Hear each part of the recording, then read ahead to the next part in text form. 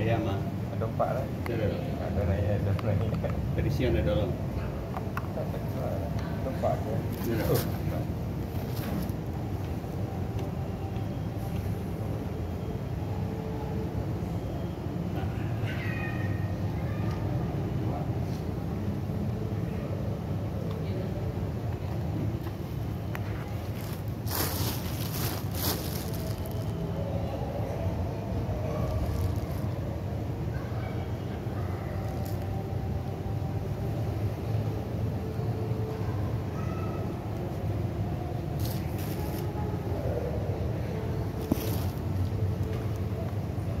Assalamualaikum warahmatullahi wabarakatuh. Waalaikumsalam. Alhamdulillahilladzi nahmaduhu wa nasta'inuhu wa nastaghfiruh. Wa na'udzu billahi min shururi anfusina wa min sayyiati a'malina.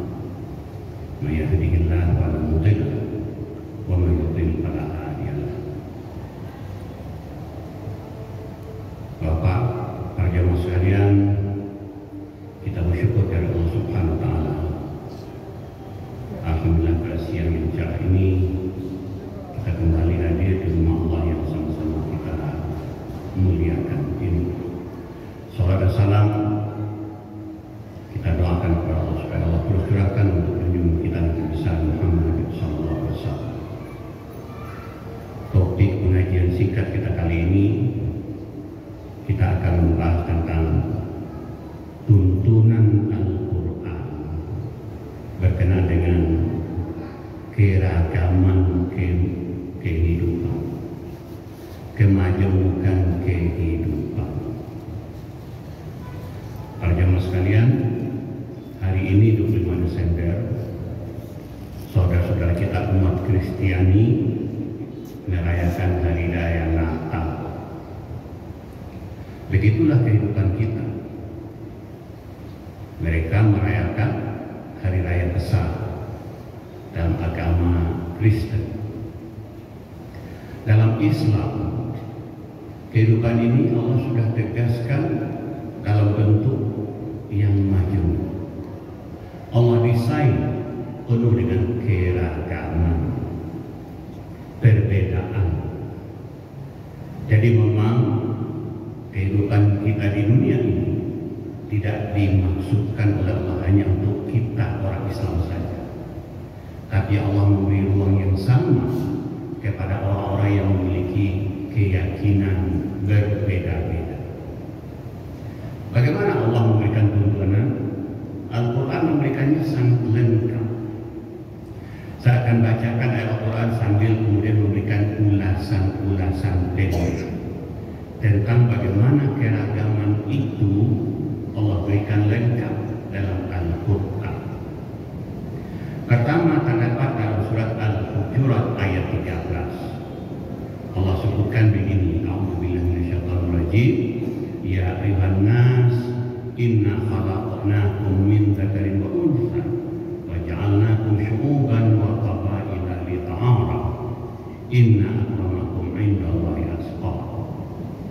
Hai sekalian manusia, telah kami jadikan kamu dari jenis laki-laki dan jenis perempuan. Kami jadikan pula kamu bersuku-suku dan berbangsa-bangsa, lita'araf, agar kamu saling mengenal, saling berinteraksi. Sesungguhnya orang-orang yang paling mulia di sisi Allah adalah orang-orang yang bertakwa. Ini terdapat dalam surat Al-Hujurat. Ayat ini menegaskan bahwa Allah ciptakan manusia ini berbeda-beda. Berbeda jenis kelamin, laki-laki, perempuan, berbeda suku dan bangsa. Sekaligus secara tidak langsung berbeda keyakinan. Tapi lebih tegas Allah jelaskan hal itu dalam surat Al-Kahfi ayat 29. Surat Al-Kahfi ayat 29. Bunyinya begini, A'udzubillahi minasyaitonir rajim, wa qulil haqqu min rabbikum faman syaa'a falyu'min wa man syaa'a falyakfur. Hai Muhammad, katakan kepada umat manusia itu, al-haqqu min rabbikum. Kebenaran itu adalah yang datang dari Tuhan. Faman syaa falyu'min. Siapa yang ingin beriman dengan kebenaran yang datang dari Tuhan itu, silakan. Wa man syaa falyakfur. Tapi siapa yang tidak ingin beriman, ingin kafir, tidak setuju dengan itu, menentang kebenaran Allah, silakan juga. Al-Kahfi ayat 9. Apa arti ayat ini? Allah tegaskan kepada Nabi Muhammad, kebenaran itu adalah yang datang dari Tuhan. Tapi Allah beri kebebasan, mau percaya, mau beriman dengan kebenaran itu, oke. Tidak percaya, mau kafir, mau menentang, silakan juga. Artinya apa? Allah beri kebebasan ini. Mau beriman, silakan. Tidak beriman juga tidak apa-apa. Ini Allah yang ngomong, Allah yang bicara. Maka agama-agama yang ada ini adalah soal pilihan. Mereka yang Muslim memilih Islam itu pilihan mereka. Mereka memilih agama Kristen pilihan mereka. Mereka memilih Yahudi pilihan mereka. Mereka memilih Hindu, Buddha, Konghucu, apapun namanya, itu soal pilihan. Dan Allah yang memberi kebebasan. Allah tidak paksa. Allah tidak memaksa kita untuk menjadi Muslim. Tidak. Itu pilihan. Maka Allah tegaskan, faman syaa falyu'min. Siapa yang ingin beriman, silakan. Faman syaa falyakfur. Siapa yang ingin kafir juga silakan. Tegas. Jadi jangan salah paham bahwa kita dipaksa untuk Islam, tidak. Allah beri kebebasan. Beriman dengan apa yang ditentukan Allah, oke. Tidak beriman juga tidak apa-apa bagi Allah. Allah tidak marah. Tapi ingat saja nanti sanksinya. Nah gitu aja. Baik. Yang berikut, bagaimana Allah memberikan tuntunan dalam surat Al-Kafirun yang sering kita dengar imam kita baca saat salat maghrib pertama. Allah tegaskan lakum dinukum waliyah. Bagimu agamamu, bagiku agama. Ini prinsip tegas bagaimana Allah mengatur soal kita berbeda-beda kita. Udahlah bagi saudara kita non-Muslim, mau Kristen, mau Hindu, mau Buddha, Konghucu, silakan laksanakan ibadah Tuhan. Tidak apa-apa. Kami sebagai Muslim juga ada ibadah kami, ada ibadah rutin, ada akidah kami, begitu. Jadi lakum dinukum bagi tuan-tuan, saudara kami yang non-Muslim, silakan laksanakan ibadah kami. Tidak apa-apa. Itu hak saudara-saudara. Hak yang dijamin oleh undang-undang negara, yang Allah jamin juga. Allah jamin. Jadi intinya apa? Masing-masing kita saling menghargai, saling paham. Muslim ada ibadahnya, ada akidahnya. Non-Muslim, Kristen, Katolik, Buddha, Hindu, ada juga ibadahnya. Lakum dinukum, bagimu agama, bagi anda agama anda, bagi kami ada agama kami juga. Jelas. Lalu berikut dalam surat Al-An'am ayat 108. Apa yang diajarkan Allah? Saya sebutkan ayat ini. Kata Allah, wala tasubbul ladzina yad'una min dunillahi fayusubbullaha 'adwan bighairi 'ilm. Janganlah kalian mencaci apa saja yang mereka sembah selain Allah.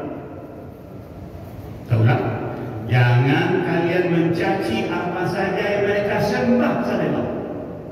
Sebab kenapa? Kalau kalian mencaci mereka, akan mencacimu pula. Lebih buruk daripada yang kamu lakukan. Intinya apa? Memang kita tahu ada yang disembah selain Allah, ada banyak bentuk sesembahan, ada banyak cara menyembah Allah yang berbeda dengan keyakinan kita. Maka apa kata Allah? Jangan caci, jangan merendahkan, jangan hina orang-orang yang menyembah selain Allah. Lalu intinya apa? Biarkan saja. Biarkan saja. Itu keyakinan mereka, itu akidah mereka, biarkan saja. Jangan pernah meremehkan, melecehkan, menghina apa saja yang mereka sembah selain dari Allah. Jadi intinya apa? Hargai keyakinan mereka, hormati keyakinan mereka. Al-Quran yang bicara dalam surat Al-An'am ayat 108. Kemudian berikut satu lagi saya sebutkan, dalam beragama kita sebagai muslim, siapapun kita, ulama memang diminta untuk berdakwah, menyebarkan Islam. Tapi rambu-rambu dakwah adalah dakwah itu hakikatnya menyeru, menghimbau, mengajak. Menyeru, menghimbau dan mengajak. Hanya itu. Oleh Allah diberikan rambu penting di sini. La ikraha fi. Tidak boleh ada paksaan dalam berdakwah. Tidak boleh memaksa orang harus mengikut apa yang kita katakan. Tidak. Sebagai orang menyampaikan dakwah, ingat yang kita sampaikan hanya ajaran agama, tujuannya menghimbau, mengajak, memandu, bukan memaksa. Maka Allah tegaskan dalam surat Al-Baqarah 256, la ikraha fid-din. Tidak boleh ada paksaan dalam agama. Tidak boleh. Kemudian yang terakhir untuk sekarang, Allah sebut dalam surat Al-Mumtahanah.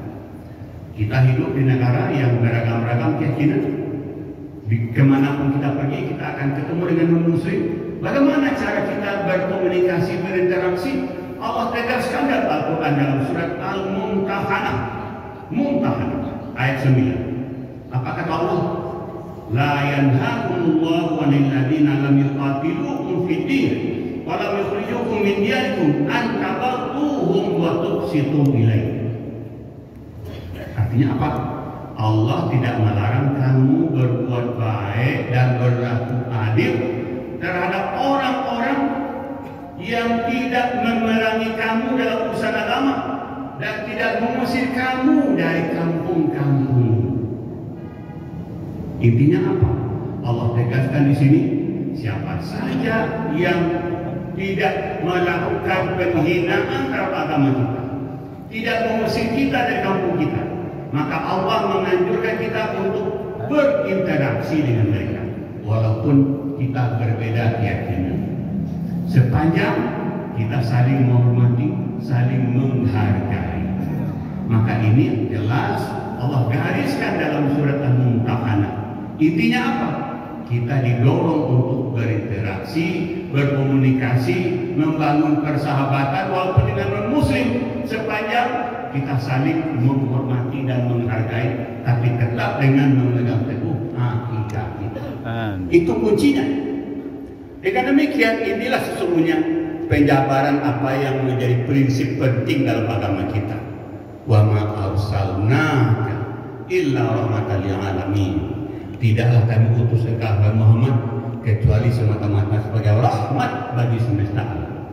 Maka inilah manifestasi rahmat itu. Mari kita laksanakan ini dalam kehidupan nyata kita.